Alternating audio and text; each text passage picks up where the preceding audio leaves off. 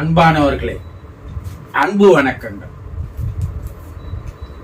நாள்தோறும் தொடர்ந்து இந்த சேனலை பார்த்து வருகின்ற உங்களுக்கு என்னுடைய மனமார்ந்த நன்றிகள். உங்களுக்கு தெரியாத, படித்திராத, கேள்விப்பட்டிராத பல விஷயங்கள் இருக்கிறது. சில விஷயங்கள் நாம் மறந்து போய்விட்டோம், மறக்கடிக்கப்பட்டு போய்விட்டது. நம்முடைய பெற்றோர்கள் சில விஷயங்களை நமக்கு சொல்லித் தரவில்லை. அது ஆன்மீகமாக இருந்தாலும் சரி, வாழ்வியல் தத்துவங்களாக இருந்தாலும் சரி, ஒரு மனிதனுடைய வாழ்க்கையிலே நடக்கின்ற நிகழ்வுகளாக இருந்தாலும் சரி,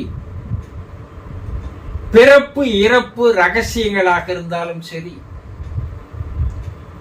இதையெல்லாம் எந்த பெற்றோரும் உங்களுக்கு விலாவரியாக தெல்லம் தெளிவாக எடுத்து கூறுவதில்லை. இப்படிப்பட்ட விஷயங்களை ஒரு மனிதன் தெரிந்து கொள்வதற்கு பெயர்தான் ஞானம் என்று பெயர், ஞான கல்வி என்று பெயர். இதையெல்லாம் நீங்கள் வாழ்க்கையில் மிக மிக முக்கியமாக தெரிந்து கொள்ள வேண்டிய விஷயங்கள். அதற்கு ஒரு சந்தர்ப்பம், ஒரு வாய்ப்பு, ஒரு சூழ்நிலை இப்போது உங்களுக்கு இறைவன் தந்திருக்கிறார். இறைவன் ஒரு சிலருக்கு சில வரங்களை தருகிறான், எல்லோருக்கும் தந்து விடுவதில்லை.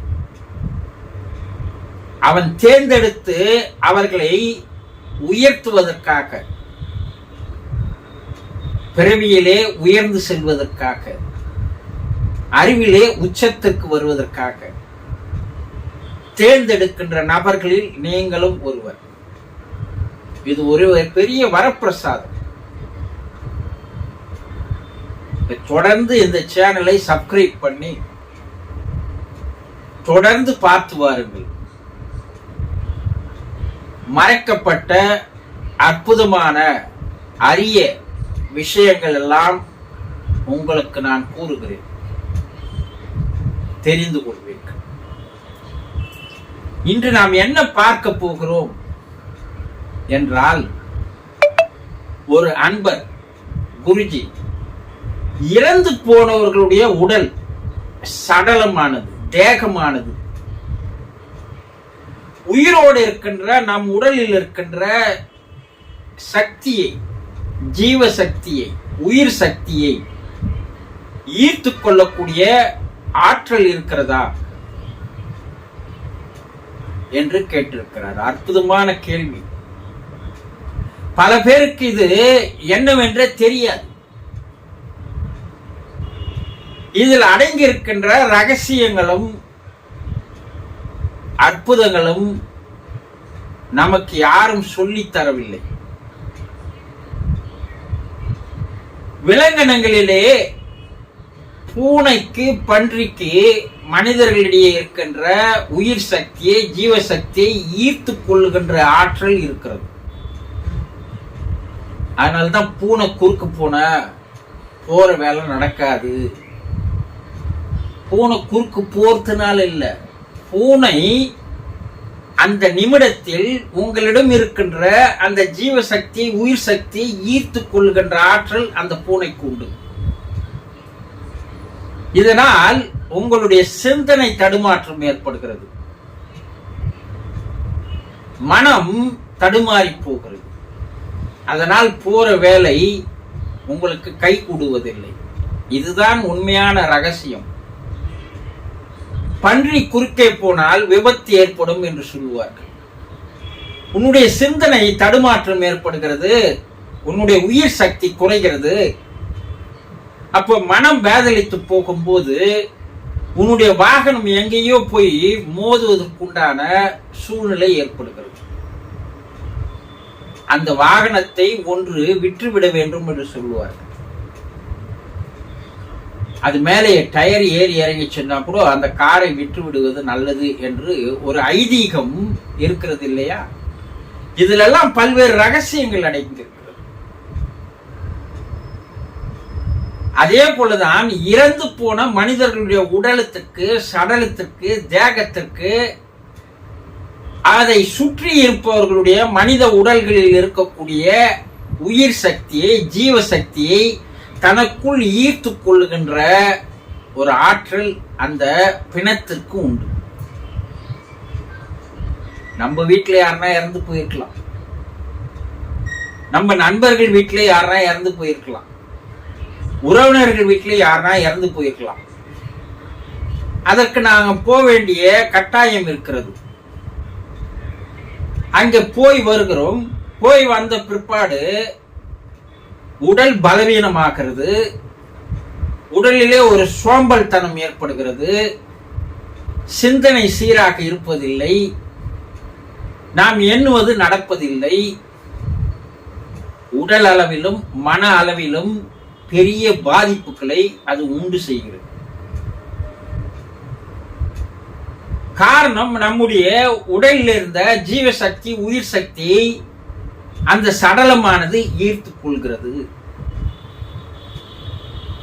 இது ரொம்ப உன்னிப்பா கவனிச்சீங்கன்னா, இனிமேலாவது போயிட்டு வரவங்க கவனிச்சு பாருங்க. உங்க உடல் பலவீனம் ஆகும், மனம் பலவீனம் ஆகும், சிந்தனை குறைந்து போகும். ஒரு சிலருக்கு காய்ச்சல் வருவதற்கு வாய்ப்புகளும் உண்டு. அப்படி அதற்குள் ஈர்த்து கொண்டு அந்த சடலமானது தன்னை சிதைத்துக் கொள்வதற்காக உயிர் சக்தியை தேடுகிறது. அதுகிட்ட இருந்த உயிர் சக்தி வெளியேறிவிட்டது. இப்ப அந்த சடலமானது சிதைய வேண்டும். அதற்கு சில சக்தி, உயிர் சக்தி தேவை. அது தன்னை சுற்றி இருக்கின்ற மனிதர்களிடமிருந்து அது ஈற்றுக்கொள்கிறது. இது நிரூபிக்கப்பட்டும் இருக்கிறது. அப்போ இதை நம் முன்னோர்கள் தெளிவாக தெரிந்து கொண்ட காரணத்தினால்தான் என்ன சொன்னாங்கன்னா, நீங்கள் ஒரு இறப்பிற்கு போய் வந்தால்,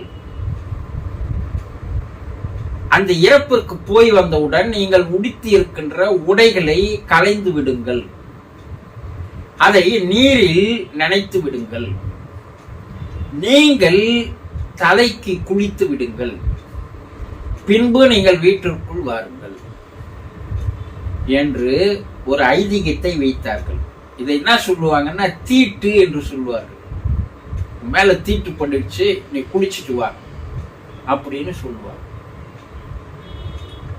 அப்போ கிராமங்களில் ஆறுகள் ஓடிக்கொண்டிருந்தது, குளங்கள் இருந்தது. அந்த ஆற்றிலேயோ குளத்திலேயோ கிணற்றிலேயோ குளித்து விட்டுதான் வீட்டிற்கு வருவார்கள்.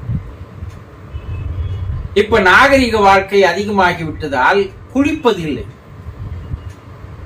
அந்த சடலத்துக்கிட்ட போனீங்கன்னா அந்த சடலமானது தன்னை சுற்றி இருக்கின்ற 10 அடி 20 அடி தூரத்திற்கு ஒரு வட்ட வளையத்திற்குள் வருபவர்களுடைய உடலில் இருக்கின்ற ஜீவசக்தி எல்லாம் அது ஈர்த்து கொள்ளும். அந்த குடும்பத்தில் இருக்கின்ற அங்கத்தினர்கள் அந்த சடலம் எடுத்து போகின்ற வரை அருகில் இருக்கும் போது அவர்களுடைய ஜீவசக்தி எல்லாம் அது ஈர்த்து கொள்வதால் தான் அந்த குடும்பத்தில் இருப்பவர்கள் உடல்நிலை பலவீனமாகி ஒரு வாரம் 10 நாட்கள் அவர்கள் மிகவும் துன்பப்படுவார்கள். மனம், சிந்தனை சீராக இருக்காது. ஒரு மருத்துவமனையில் பிணவரையில் இருக்கின்ற அந்த பிணவரையை காத்து கொண்டிருக்கின்ற அந்த வேலையால் பல சடலங்கள் அவனுடைய உடலில் இருக்கின்ற ஜீவசக்தியை ஈர்த்து ஈர்த்து அவன் ரொம்ப பலவீனமாக மாறி இருப்பான். அவனுடைய உடல் வலியை, வேதனையை அவனால் பொறுத்து கொள்ள முடியாததான் தான் இரவில் அவன் மதுவை நாடுகிறான். சாதாரண மனுஷனா அவனை பார்த்தா இருக்காது. அவன் ஒரு வித்தியாசமானவனாக இருப்பான். இதை நேரில் பார்க்கும் போதுதான் அவன் எப்படி புத்தி பேதலித்தவனாக, சிந்தனை சிதறி போபவனாக, உடல் பலவீனமாக 24 மணி நேரம் அவன் மது போதையில் இருப்பதை பார்க்கலாம். அப்போ அந்த இடத்திற்கு நாம் சென்று வந்தால் ஏன் அந்த ஆடையை கலை சொல்கிறார்கள் என்றால் இதில் ஒரு விஞ்ஞான ரகசியம் இருக்கிறது. அந்த சடலத்தை சுற்றி இருப்பவர்கள் முழுவதும் பலவீனம் பட்டவர்களாக இருப்பார்கள். அவர்களை சுற்றி ஒரு நெகட்டிவ் வேவ்ஸ் இருந்து கொண்டிருக்கும். அந்த நெகட்டிவ் வேவ்ஸ் உங்கள் மேலேயும் படரும். உங்கள் ஆடைகள் மீது அது படர்ந்து இருக்கும், உங்க உடல் மீது அது படர்ந்து இருக்கும். இந்த நெகட்டிவ் வேவ்ஸோடு நீங்க வீட்டிற்குள்ளே போனால் வீட்டில் இருப்பவர்களை எல்லாம் கூட பாதிக்க செய்யும் தீய சக்தி.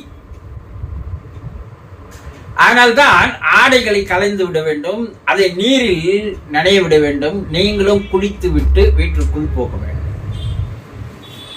இக்காலத்தில் அதெல்லாம் செய்வதில்லை. இதில் மேலும் பல ரகசியங்கள் இருக்கிறது. என்னன்னா, இந்த தீட்டு என்று ஏன் சொன்னாங்கன்னா, அந்த சடலத்துக்கு அருகில் சென்று வந்தவர் குளிக்காமல் ஆடையை நினைக்காமல் பல கிலோமீட்டர் தூரம் வந்தாலும் கூட வேறு ஒருவரை அவர் தொட்டால் தொட்டவருடைய உடலில் இருக்கின்ற ஜீவசக்தியானது இறப்பிற்கு போய் வந்தவருடைய உடலில் பாய்ந்து அந்த உடலிலிருந்து சடலத்துக்கு பாய்கின்ற கண்ணுக்கு தெரியாத ஒரு செயல் நடைபெறுகிறது. அந்த பணத்தை எரிக்கின்ற வரை, புதைக்கின்ற வரை அது மற்றவர்களுடைய ஜீவசக்தியை தனக்குள் ஈர்த்து தன்னுடைய உடலை சிதைத்துக் கொள்வதற்குண்டான சக்தியை அது தேடிக்கொள்கிறது என்பதை இன்றைய விஞ்ஞானமும் கண்டுபிடித்திருக்கிறது. இதையெல்லாம் தான் நம்முடைய முன்னோர்கள் பல ஆயிரம் ஆண்டுகளுக்கு முன்னாலேயே இதெல்லாம் தெளிவாக அனுபவ ரீதியாக தெரிந்து கொண்டதால் தான் அவர்கள் சில சடங்கு முறைகளை வைத்தார்கள். இதையெல்லாம் நாம் தெரிந்து கொள்ள வேண்டும். இறந்தவர் உடல் நம்முடைய உயிர் சக்தியை, ஜீவசக்தியை ஈர்த்து கொண்டு நம்மை பலவீனமாக மாற்றுகிறது என்பது உண்மையாக நடக்கின்ற நிகழ்வுகள் என்பதை தெரிந்து கொண்டீர்களா? சந்தோஷம்.